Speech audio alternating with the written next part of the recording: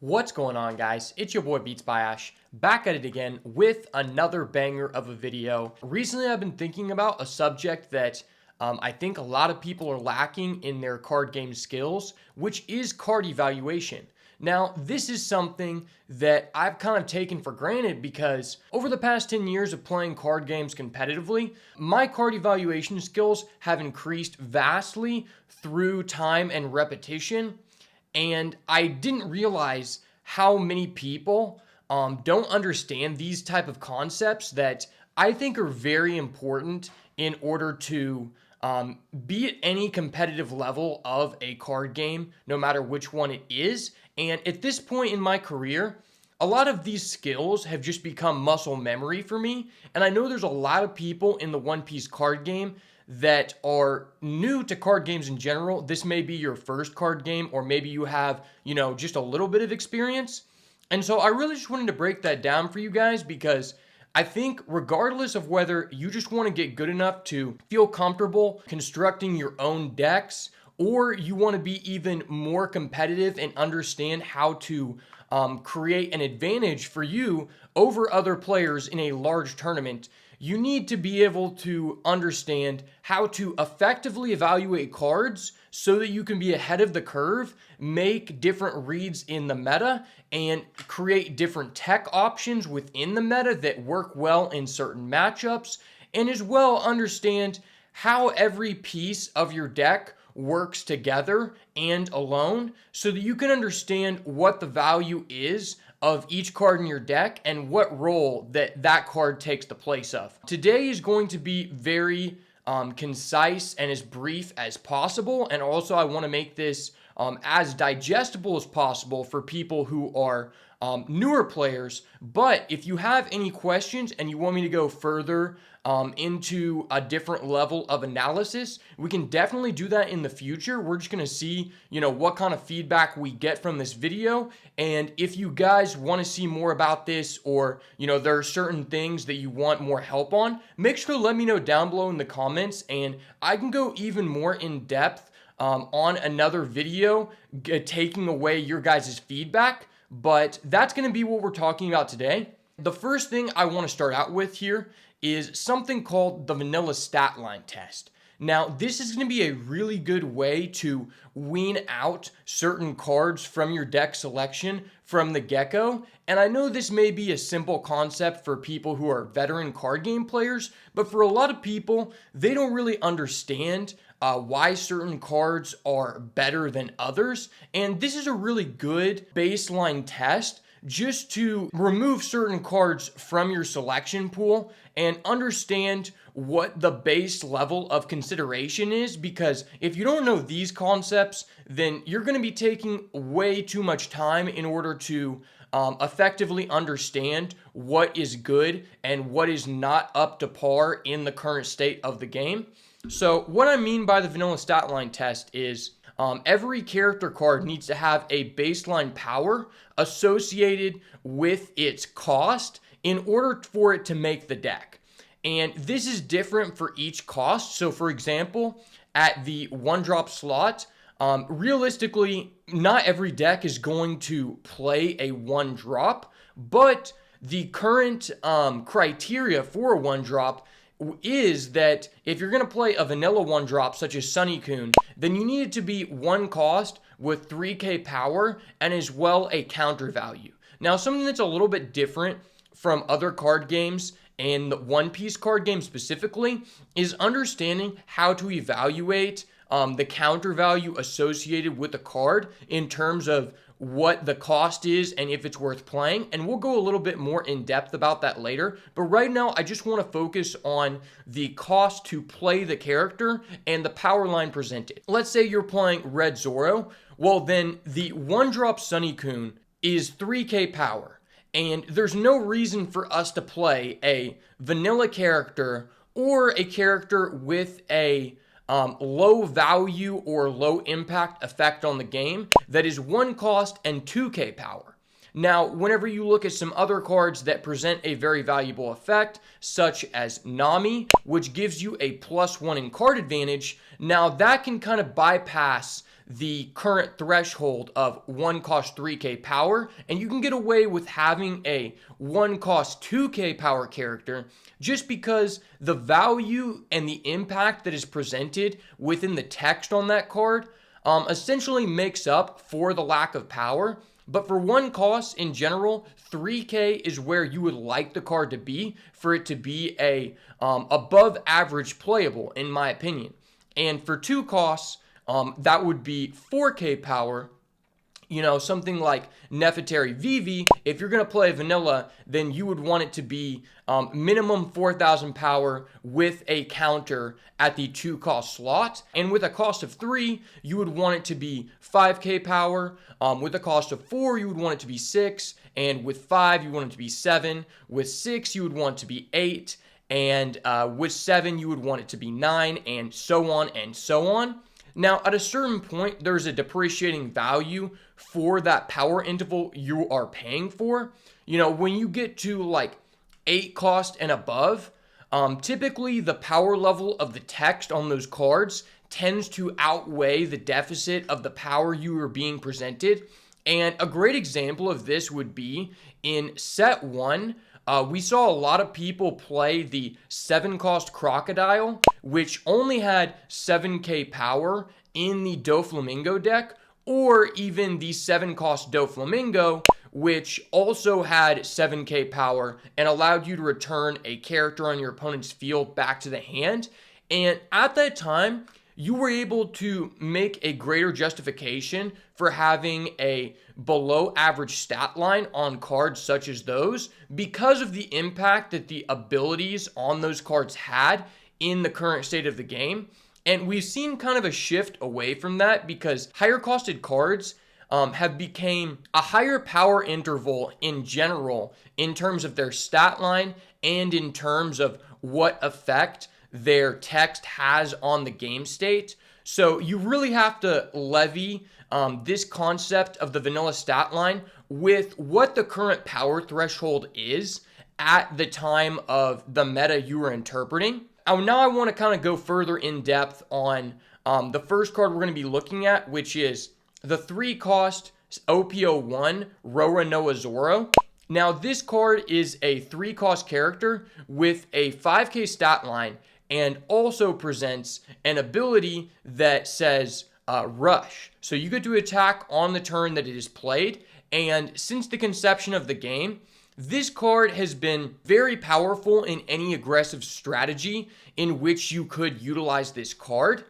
And that's just because the amount of text on this card outweighs the opportunity cost of having a counter in your deck, because being able to demand a card from your opponent on play, because typically you're going to be attacking the turn that card enters the battlefield, outweighs the fact it doesn't have a counter value, because you really want to have as many counters as you can in your deck, because it adds a layer of versatility to each card that you have in your deck, because there's going to be some times where you can't pay to put out that character on the battlefield. Maybe you have multiple copies, or maybe there is just a better card to put on the battlefield at that time. And that's where the counter value becomes very, very impactful. Well, when we look at something like Roronoa Zoro, it's very difficult if you're playing a red deck to justify putting a card in your deck within this 3-drop character slot that does anything less than being a 3 cost 5k with immediate impact on the board. And that is where we need to understand the current threshold of power at the time of the game that we are playing. So when you're considering other options in this slot, they need to present a similar or more impactful value than being a 3 cost 5k rush in order to justify being put into a deck where you're legally allowed to play it, so pretty much any red deck. So when we compare that with something like OPO1 Frankie, which is a 3 cost with 4k power and an ability that says Dawn 1X, this character can also attack your opponent's active characters.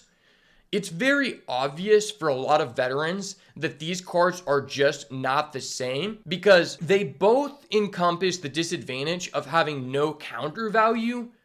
And Frankie could arguably be said that it has a slightly more impactful ability. But the fact that you have to pay 1 Dawn in order to activate that ability makes this card not be anywhere near in the same realm of cards you would want to put in that 3-drop role in a deck. And so it's very easy to eliminate essentially imposters in this role where you would be considering other options outside of Roronoa Zoro for your strategy because of the deficit that they provide when they're on the field. It's just not the same. I wanted to address this because I've had a lot of questions about why I don't consider certain cards for certain decks. One of the most recent questions I've been asked in my Discord was, why do I not play the 4-cost 5k Usopp that says on KO, KO up to one of your opponent's characters with an original power of 5,000 power or less? And this example really demonstrates why I don't put into consideration cards like this at the current moment, because the stat line requirement for making a card playable at this point in the game is far beyond what that card provides. So while you are gaining a counter and you do have an impactful ability, you're paying 1 more Dawn in order to put that character on the battlefield. And on top of that, you're encompassing the same power level that the 3-cost 5k Roronoa Zoro has. And at this point in our game, one of the most important aspects of winning games is being as efficient as possible with your Dawn, especially in a red strategy, which is typically going to be more aggressive than other archetypes at the current moment. It could be argued that Usopp's ability is more impactful than Roronoa Zoro's.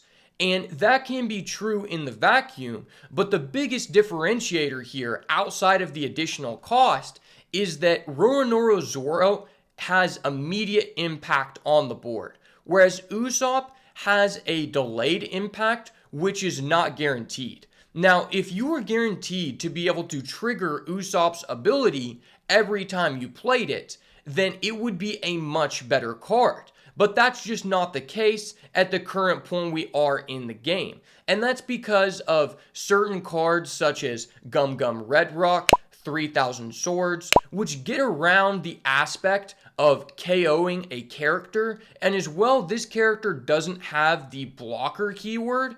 So more times than not, your opponent is going to be able to stop you from getting that delayed impact. And when you simplify it like this, if I'm paying 4 cost for a 5k power character and getting no impact on the board, well, why would I not just play Roronoa Zoro where I can do the same exact thing?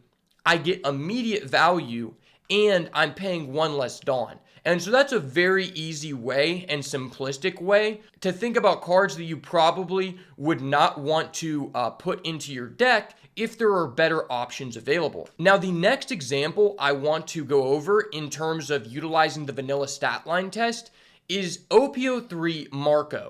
This card is a 5-cost character with 6,000 power, a 1k counter value, and has 2 unique effects. On play, KO 1 character with 3,000 or less power, and then on KO, you may discard a event card in order to return this card to the battlefield rested unlimited number of times per turn.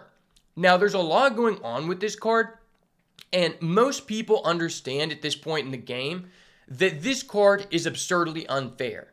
And a lot of the reasons why this card is at such a higher power level than other cards that fill a similar role is because of the vanilla stat line test. Now, in general, at this point in the game, a lot of the most impactful 5-cost characters do have a 6,000 power stat line, which means that this card is on par with those. We can look at one of the original most powerful 5-drops in the game, which is the Purple Queen that came out in the Kaido starter deck.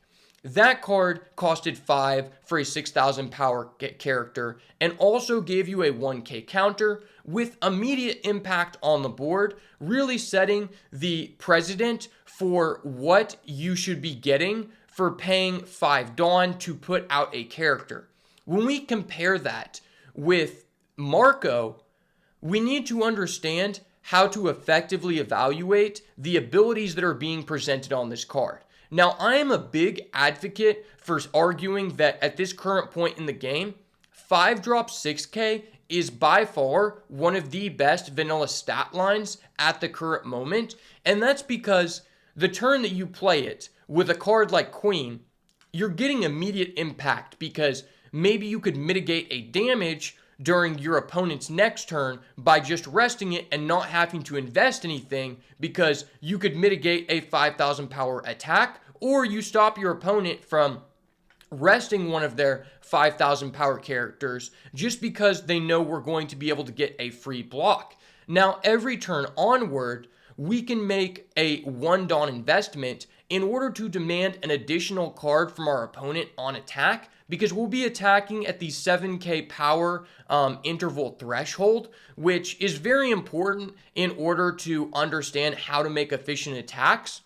And when you can get immediate impact out of a 5 drop, and then on the following turn and every turn after, just invest 1 Dawn to demand 2 cards from your opponent, that is really strong at this point in the game. Now, in order to compare that to 5 cost Marco and understand why this is a power threshold above all other 5 drops that have been presented in the game, we need to understand how to evaluate what it's worth to us to have access to both of these abilities. So the first ability, which reads on play, KO something with 3,000 power or less.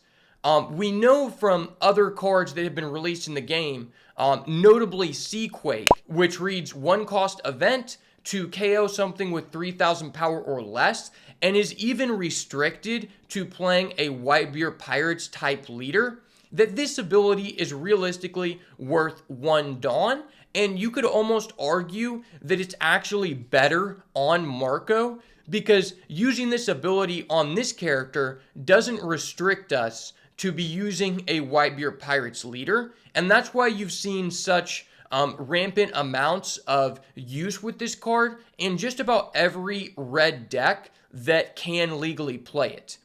And so from that perspective, we understand that the first ability is worth at least 1 Dawn. So realistically, Marco, with that in mind, is worth 6 Dawn. Now, taking the second effect into consideration, there's going to get a lot of variable responses on how everyone else evaluates how much this ability is worth in terms of Dawn, because it's one of the most unique abilities at this point in the game. To make things simple, I would argue that this is worth about 1 Dawn as well. For the reason being that with the other cards we have in red, there's quite a bit of high value event cards, which incentivizes players to be utilizing a higher number of events than the typical deck encompasses, which means this ability is going to be live more than not.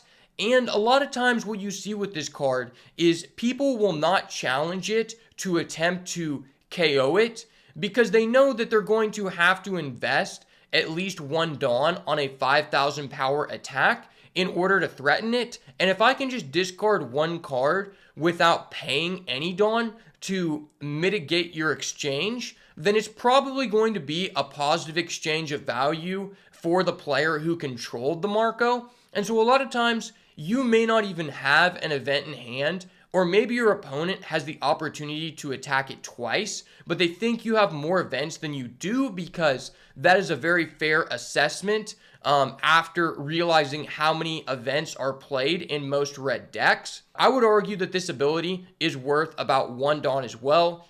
I could honestly be sold that this ability is worth half a Dawn, but either way, it's adding more value to the card than what we're actually paying for it. Adding all this together, typically cards that present valuable abilities let alone 2 valuable abilities, typically encompass 0 counter value. The fact this card also has 1 counter value can be worth something on its own as well. Now, I don't know that that's worth even half a Dawn, but it does set this card apart from other cards that could be fulfilled within the same role. And currently, I don't think there are really many of those to argue, but it does add higher justification for putting this card on a higher power interval than others in the future. And so in general, we can say that for 5 Dawn, this card is typically on average going to present you the amount of value that you would have paid for something that cost between 6.5 and 7. Now, this is very important to understand because a lot of people may already know this card is good, but they don't know exactly why it is. And so it's important for us to greater our understanding on evaluations of cards by adding a number and a label to the amount of value that we're actually being given for putting this card on the board. On top of that, the ability that this card has to KO something is immediate impact, and that in itself is also better than delayed impact on the board, such as the 4-cost 5k Usopp. So all in all, if you want to consider putting another 5-drop in your deck and you're thinking about replacing a card within the 5-cost role, you need to consider all of these factors. And at this current point in the game, there is just nothing else that really gives you as much value for what you're paying for at the 5-drop slot in the game. Now, as time goes forward, it's important to understand the value that these abilities present so that we can determine if it is replaceable in the future. Now, one last thing I will touch on is the tags do provide an additional minimal amount of value to the card. And we're going to get into the value of role players in a deck in a moment. But in general, if there is a searcher that you would like to play in a deck, and in the keyword for that searcher, such as in the instance of Marco, Whitebeard Pirates, is attached to a card that is already of high intrinsic value on its own, it makes the card even better. Because being able to search this card also adds some additional value. Once again, I don't know that that is worth, even half a Dawn, but it is an incremental amount of advantage that is important when comparing different cards in the future to see if they are better for a replacement of this card. So to bring this all together, when utilizing the vanilla stat line test, we want to evaluate, is the card worth what we're paying for in terms of its power interval for the cost we paid, as well as the counter value that has been associated with the card, and as well, what cost is the abilities or text on the card worth to us. That's a general conclusion on how you should be going about evaluating cards on a very general level with the vanilla stat line test. Now, 5-cost Marco is a card that I would easily grade A+ or S tier, being that it presents intrinsic value on its own, meaning that the card is good alone and gives you enough value for what you're paying for to slot it in just about any deck you could play it in. Now, there are other cards which have a variable amount of value depending on which deck they are played in and also the role that they encompass within a given strategy. And that's what we're going to transition into here, is understand how to evaluate role players, because they have a variable value depending on how you are using the card and what substitutes are available within the given role. So my first example of a role player would be the 1-cost 2k counter Makino, which reads, active main, you may rest this character and give up to one 1-cost character plus 3,000 power during this turn.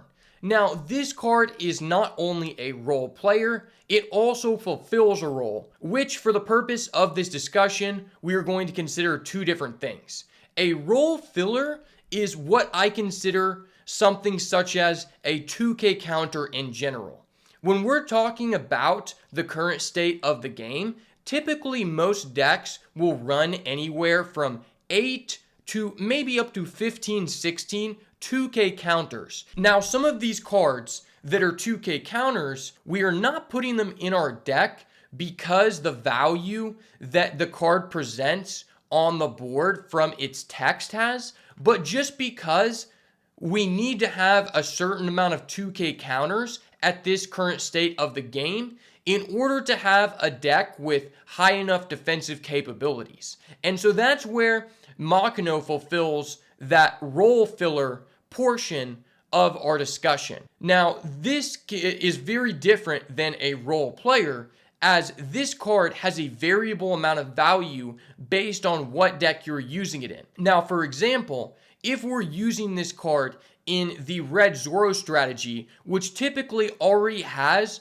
about 16 to 20 one-cost characters that are worth giving a power boost to, this card is easily an A+, because the 2K counter tag is not given very easily on most cards in the One Piece card game. You know, we look at something like OPO1 Doflamingo, and people played 4 copies of Alvida, which is a card that 9 out of 10 times you most likely were not going to play on the battlefield because its effect was not really impactful enough to justify paying the cost to put it on the field. But because we need to fulfill that role of having at least 8 2Ks in our deck, people justified putting this card in the deck just because it was the only available 2K counter that we could put in that role. Now, with Alvida, you could argue that maybe just having a 2K counter is worth a B to you, right? Well, with Makino, the same could be said if we're playing it in a deck that doesn't encompass enough 1-drops to ever realistically put it on the battlefield to extract value from the board. Something like a red Whitebeard deck, where, you know, if you're not playing the Strawbeard variant, I know this isn't the best example, but typically you're not going to put this card on the battlefield because you're only going to be able to boost your Ezo, which being a 1-cost 2K is also worse than being a 1-cost 3K character. So in general, you didn't really want to put Makino on the board unless you have nothing better to do with your Dawn and you just need to make one more 5K attack. But in something like the red Zoro strategy, where like I said, you have about 20 1-cost characters, this card easily ranges up to an A or A+, depending on how many of those 1-cost characters are in your build and also how many of them you realistically want to attack with. Because, you know, there's cards like Otama that some people may play, and that is a 1-drop card you could boost, but realistically, you don't want to pay Dawn to have to Dawn it up beyond already using your Makino to make it a 5K natural attacker.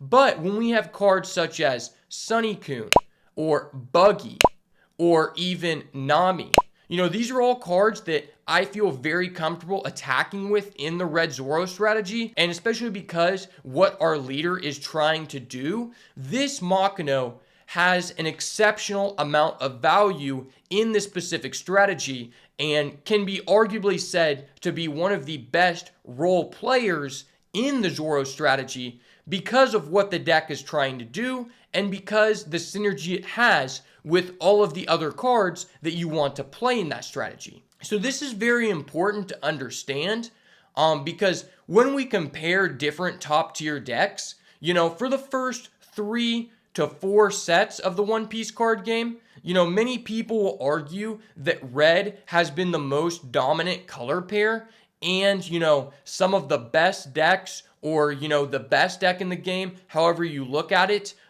have red in them.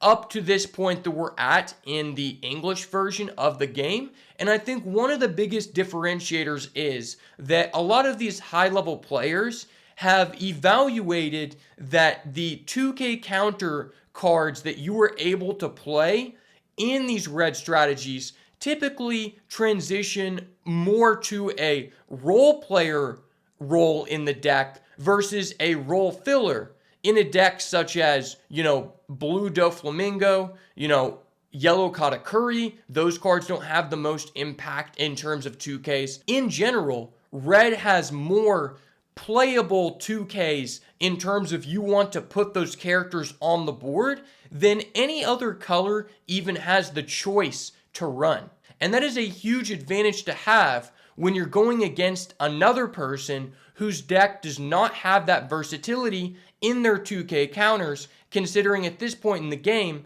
every person has to play a base amount of 2Ks in order to have a consistent and functional strategy. Now, we can go even further into the topic of role players by looking at a couple other red 2K counters that are currently available. So one of them being the 2-cost 3K Usopp from OPO1, which reads, Dawn 1X, your turn, once per turn, after your opponent activates an event, draw one card. Now, this card can be considered a role player in maybe a deck such as Red Luffy, which allows you to attach a Dawn to a character once per turn for free, because you're getting more value out of the on-field effect that this card presents versus other strategies, but that still does not raise the value of this card to an A or an A+, such as something like Makino would, because this is what I would consider a situational role player. And a situational role player is not only a card that can be only used in a few key strategies to its full effect, it's also a card that is dependent on the meta. Now, if the meta was a ton of Blue-Purple Crocodile and a ton of Nami, then the value of this card could increase up to, maybe a B, maybe a B+, because if you're able to consistently trigger this ability every turn, paying one Dawn to draw one card per turn and adding a power to this card, guaranteed, is something very interesting and something that I would say is worthwhile at this point in the game. But that's very dependent on what the meta landscape is, and that's where you need to be able to effectively evaluate the meta in tandem with your card evaluation skills in order to understand what cards are worth playing versus other cards that are generally good based on what you expect in the metagame. Now, another great example of a situational role player would be any kind of 4-cost, 6,000 power character with a 1K counter. For the purpose of this discussion, we're just going to specifically talk about Charlotte O'Para, which has been used in the Yellow Katakuri deck since the release of that strategy, and players' decisions have largely been made on putting this card into the deck based on what they're expecting to play against. So typically, the reasoning for this is that if you're expecting a lot of Whitebeard, then paying 4 Dawn to be able to establish a threat that can attack your opponent's leader every turn without having to invest any Dawn makes this card a worthwhile inclusion if you expect to go against, 4 or 5 plus Whitebeards across your tournament experience. This card is also situational to the strategy that it's in because it has the Big Mom Pirates keyword, which makes it searchable by Charlotte Perospero and Charlotte Pudding. So you can't always justify encompassing these cards in every single strategy, because even though the tagline may not be worth an additional Dawn, it does give you greater justification to make a meta call and include this card in your deck. Because as we all know, the One Piece card game is currently not as consistent as other top TCGs that have been around for many years. And so when you can access something that is situationally good in a specific matchup, it has a higher value than just putting a 4-cost 6K into a deck where you can't search that card. Because then at that point, if you have a card in your deck that you don't even have a large chance to see, and it's for a specific matchup, you almost have to think about the opportunity cost you're paying for to put this in your strategy. And a lot of times that's going to outweigh the benefit that could be presented, because it's a card that, is potentially way better in one matchup than all others. And if you're not going to be able to consistently be able to see it, you're either going to have to max out on it and play like 4 copies, which already is kind of a clunky thing to do, or that opportunity cost is going to outweigh the benefit presented. On top of that, in the Charlotte Katakuri deck specifically, Charlotte Opera is a card that is, doing a good job on that, niche role player level, but it also has an opportunity cost based on what your leader is trying to do. And this is where cards that could be in the same role function better in some decks versus others. Because in my opinion, I think that there's a large opportunity cost to playing this card, even if you're expecting a lot of Whitebeards. Because if you go against anyone else, maybe a faster strategy, such as a Red Zoro, well then you want to be able to develop a threat with less Dawn than 4, because your opponent is going to be getting farther ahead of you on board than you can keep up with if you have to pay 4 Dawn for a 6,000 power character. And that's where that opportunity cost comes into play by specifically putting this type of card in this leader. Because generally speaking, with this leader, you're almost always using every Dawn you have available, because there's a lot of things you can do with your Dawn outside of just playing cards from your hand during your turn. One of the most impactful is you want to be able to use your leader ability pretty much for the first 3 or 4 turns of the game, every turn you can, in order to get the most value out of having that insight on looking at your life before you get down to a low life total. Because when you're down to 1 life, it doesn't matter if you look at your life. But if you're able to look at your life when you have 4 or 5 life available, then you're going to have an opportunity to be able to, rearrange your life cards a couple times. And maybe that causes you to get a trigger that puts a character onto the battlefield as your first damage taken, which is much higher impact than putting a character onto the battlefield from your life when it's your last life and your opponent is going for lethal that turn anyway.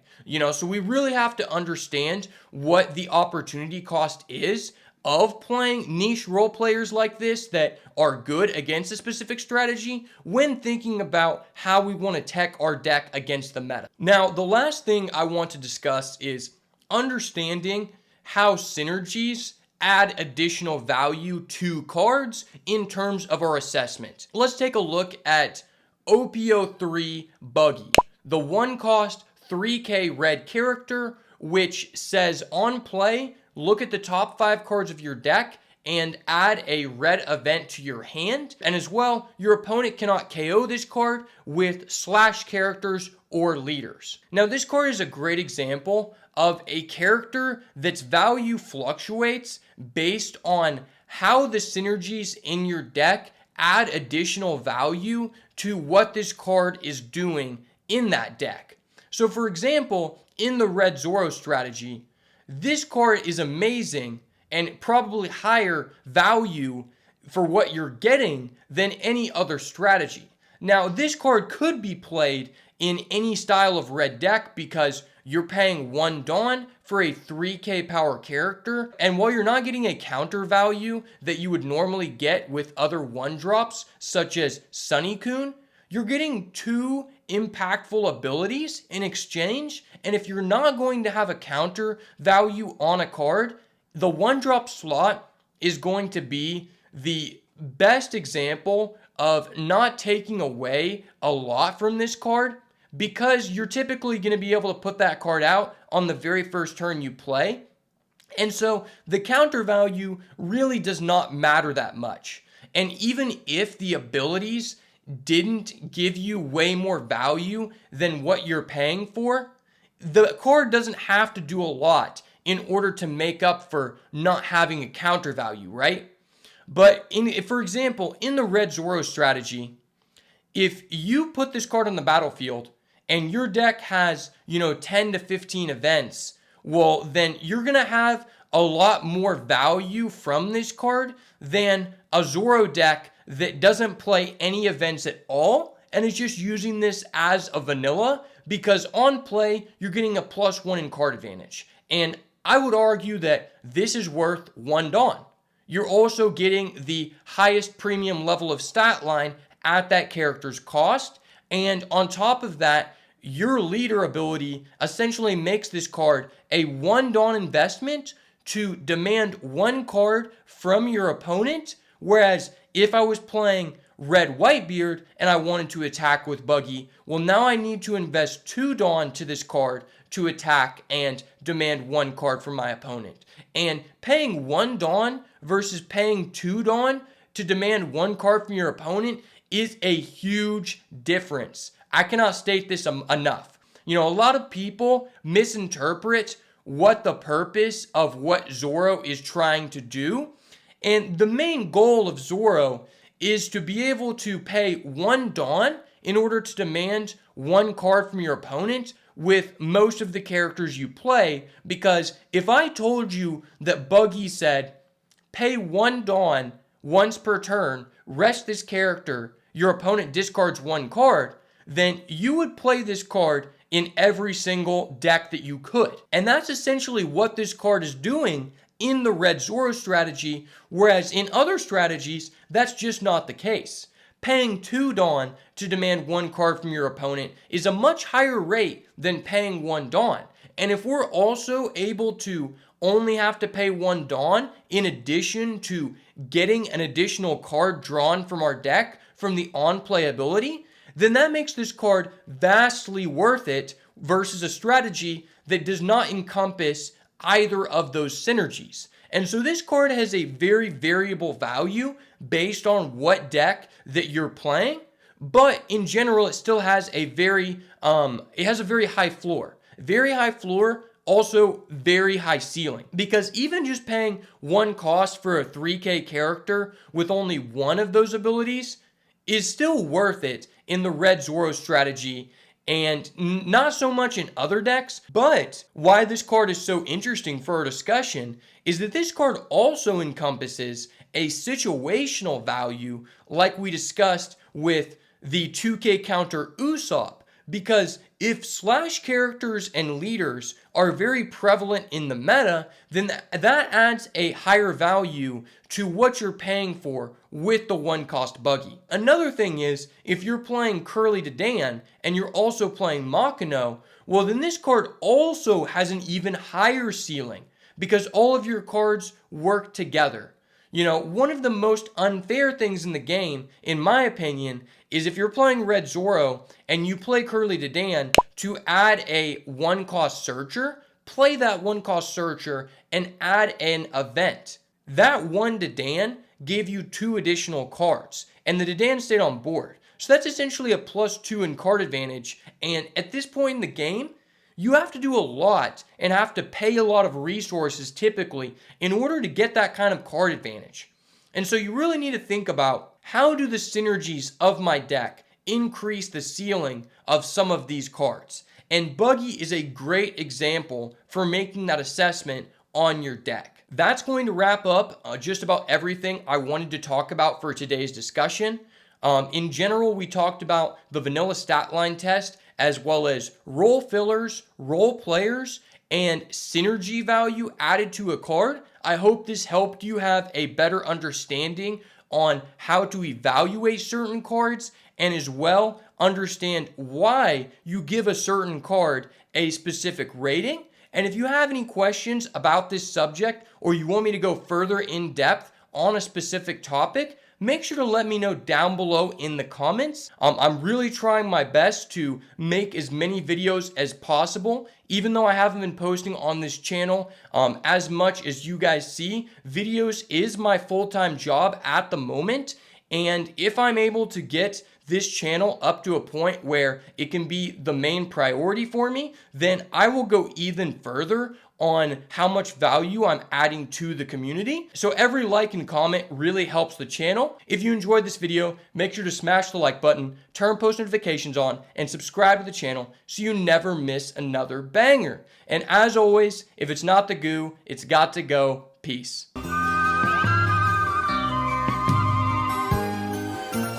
Ooh, is that indigo?